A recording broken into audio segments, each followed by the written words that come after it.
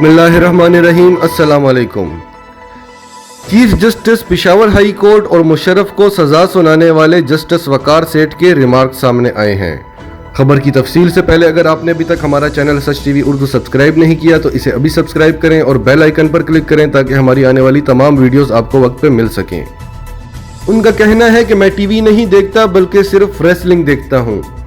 Case की समाअत के दौरान एडवोकेट मोहसिन भट्ट ने chief justice Peshawar high court को सराहते हुए कहा कि इन हालात में आपका मुतमईन रहना बड़ी बात है, जिस पर रिमार्क्स देते हुए चीफ जस्टिस वकार सेठ ने कहा कि क्या हुआ हालात को, मैं सुबह आया तो सब ठीक था, मैं टीवी पर सिर्फ रेसलिंग देखता हूं। जिसके जवाब में एडवोकेट मोहसिन भट्ट ने कहा कि सर आप बहुत अच्छे फैसले देते हैं, मैं आपको खिराज तहसीन पेश करता हूं।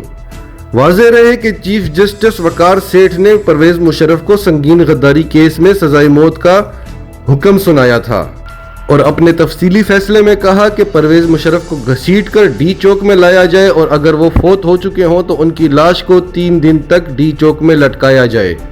जस्टिस वकार सेठ के रिमार्क सुनते हुए कामरान खान ने कहा कि पाकिस्तान में रेसलिंग पर पाबंदी लगा देनी चाहिए क्योंकि इसे देखने वाले मुश्तिल और तंग जहन के मरीज बन जाते हैं।